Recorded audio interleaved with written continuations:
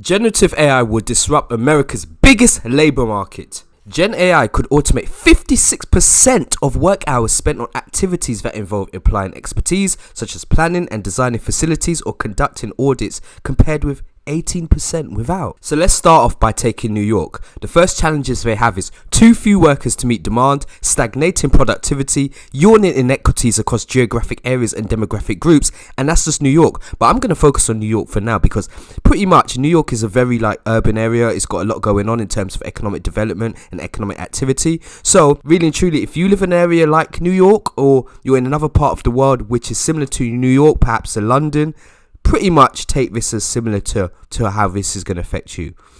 Gen AI could help ease the region's workers shortage, revive productivity growth, push people towards higher value roles, and unleash creativity. So the reason I say that is productivity has been lowering over the years.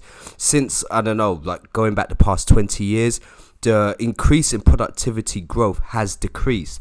And this is where improvements in AI, hopefully, are going to expand that productivity to growth and get the growth to actually increase again. So that's the good part, but that's not necessarily good for all employees. Now, Gen AI could help ease the region's workers shortage, revive productivity growth, push people towards higher value roles, and unleash creativity. Yet, doing so while minimizing the potential negative impact on workers requires the committed and coordinated engagement of the public, education, and private sector leaders across America's most important economic regions. Now, notice I said the committed and coordinated engagement of all these different areas. I mean, up to today, we hear whispers of UBI, Universal Basic Income, and other impacts that AI will have on the economy, workers, etc. But we don't really have a major think tank or someone to enact these policies, like a politician or whoever, to actually make things happen in a productive and positive way for employees. We just hear whispers and we're just sort of hiding from all of this, to be honest. So this committed and coordinated engagement, at the moment, I can't see it happening, and AI developments are creeping up and getting better every day. Now, Gen AI is shifting the New York's region's work landscape and job market. For evolving technologies, advanced natural language capabilities have extended the possibility of increased productivity to a much wider set of job activities, which include writing code, designing products, creating market content and strategies, streamlining operations, analyzing legal documents, providing customer service via chatbots, and even accelerating scientific discovery. Now, a key point to mention is even without AI, just automation in general is actually changing the work landscape, and many tasks can still be automated even without AI. But the reason why I'm focusing on AI here is AI makes a huge impact to the speed of automation and the types of jobs and tasks that can be automated. So take a look at some of these figures. Here we can see how generative AI will accelerate automation adoption of up to 29% of work hours by 2030. Look at the chasm between the two. I mean, with just automation alone, not including generative AI, 2030 we can see the 20% mark there. And when we look up to the blue line, we see 29% at 2030, the year 2030. So 9% increase. But then if we continue to track this, look at 2035. I mean, the normal automation line, the black line, is probably at 28%. And then look at the generative line, damn near 50%. It's huge. So there's huge impact to comes, and we're talking about the next decade, next 11 years tops. This is what I mean. I'm not sure if this organized, committed arrangement of politicians and other thought leaders can actually come together to minimize negative impacts of this automation.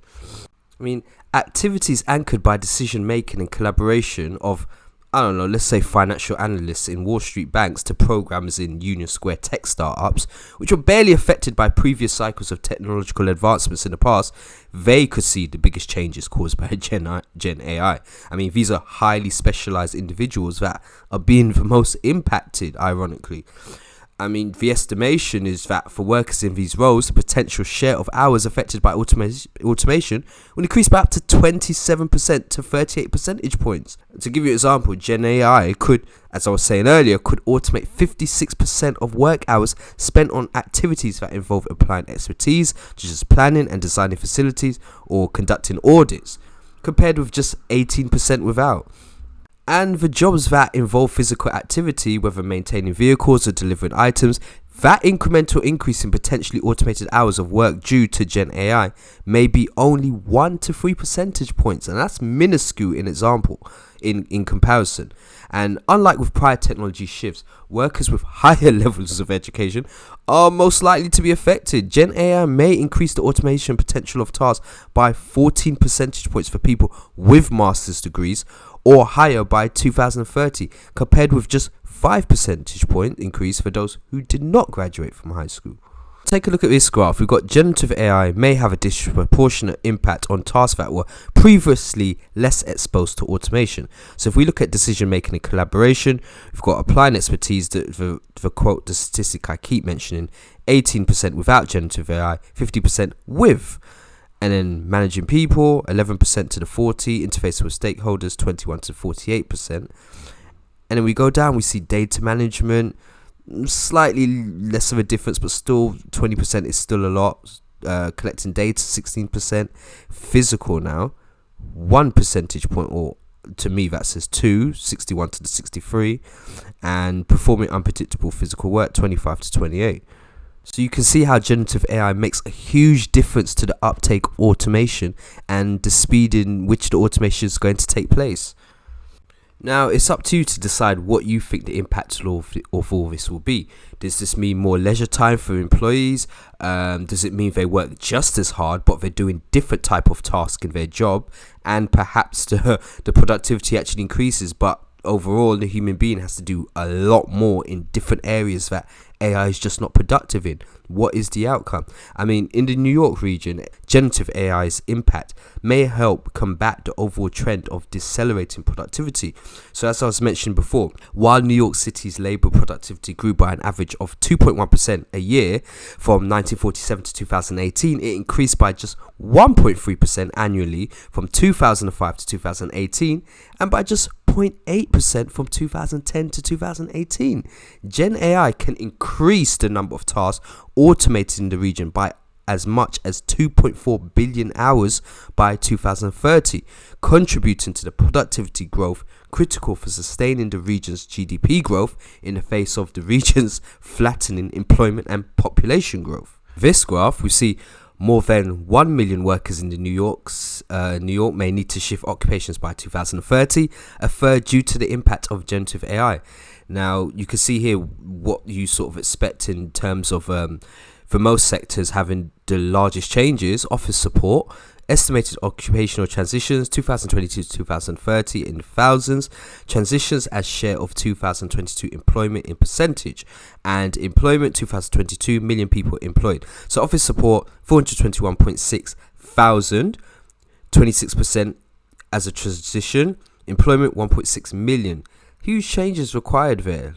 Customer service and sales, huge changes again. Food services, which I didn't expect, but that's huge changes again. Production work, business and legal professionals. So this, I guess, is for higher skilled employees, where it's having a huge impact on them. Particularly, it's not physical activity. Business and legal professionals, highly skilled workers, higher level of experience, higher cognitive abilities, but AI is still doing a lot of it and still changing a lot of the composition of this type of work. Educational workforce training. And then we can see from property maintenance, it starts to decrease a little bit now, because I guess property maintenance, even though a large part of that is sort of coordinating and you could say falls into office support in some extent, there's still a huge element of it that is physical based. And then we go down, community services, builders, tiny changes. So this gives you an idea of perhaps what's to come. Now again, to mitigate the potentially negative effects of Gen AI and harness its potential upside, it's going to require the committed and coordinated engagement of all stakeholders, including individuals, and the private, education and public sectors, companies, government organization leaders, etc., etc. And once again, I question, are all of these entities going to coordinate with each other? I mean, what they probably need to do is the private sector, for example, they need to ask questions like, how can companies provide training and resources to help employees who are likely to be affected by these changing technologies, AI technologies, and acquire the necessary skills to work alongside the AI technologies effectively? Amazon, they're pretty involved in AI. I mean, not so much as companies like OpenAI, Microsoft, etc. But Amazon are still up there, and they've got programs like Amazon's Upskilling 2025 initiative. It's got Technical Academy. Microsoft, of course, has a global training initiative, and there's other companies like Royal Dutch Shell's Udacity partnership. So there are some companies actually trying to get this done, and they're aware of what's going on. There's pretty much the companies that are leading in these AI innovations and actually probably causing a lot of these changes that we're going to see in the coming future. And then you've got the education sector. You've got to ask questions like, how can the K-12 and higher education sectors incorporate AI-related subjects and skills into their curriculums to prepare students for a technology-driven world? In the public sector, the public sector has a lot to do. I mean, what policies and regulations will promote responsible and ethical use of AI? And how can leaders of government organizations support initiatives that implement AI adoption and provide resources for training and development in AI-related fields? There's tons to do. And if you just live in a city that is pretty much up there, it's urban, it's got tons going on, it's got a lot of technology stuff, it's a technological hub in a sense. There's changes to come. So let me know what you think about all these changes.